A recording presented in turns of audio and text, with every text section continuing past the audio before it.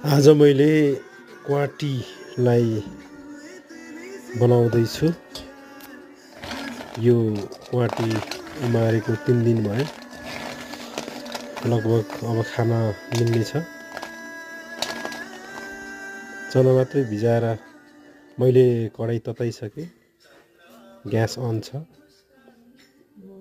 अनि हाम्रो मिसले चाहिँ मोबाइल चलाइराख्नु भएको छ, गीत सुनिराख्नु भएको छ। म फेरि रमाइरहेको छु। खाना बनाउने म मात्रै हो भनेर देखाउन खोजिरहेको छु। तेल हालेँ मैले। अब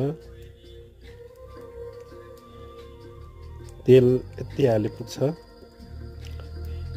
अनि तपाईँहरू पनि सिक्नु होला कसरी खाना बनाउने भनेर। मैले मेथी हालेँ, यसलाई मजाले डढाउने।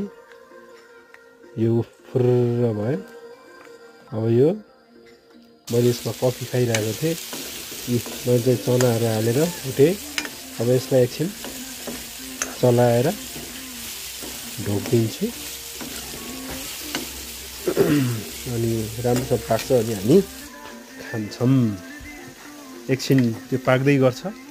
म चाहिँ कोठामा यसो घुमेर यो मोमेन्टलाई क्याप्चर गर्न चाहन्छु।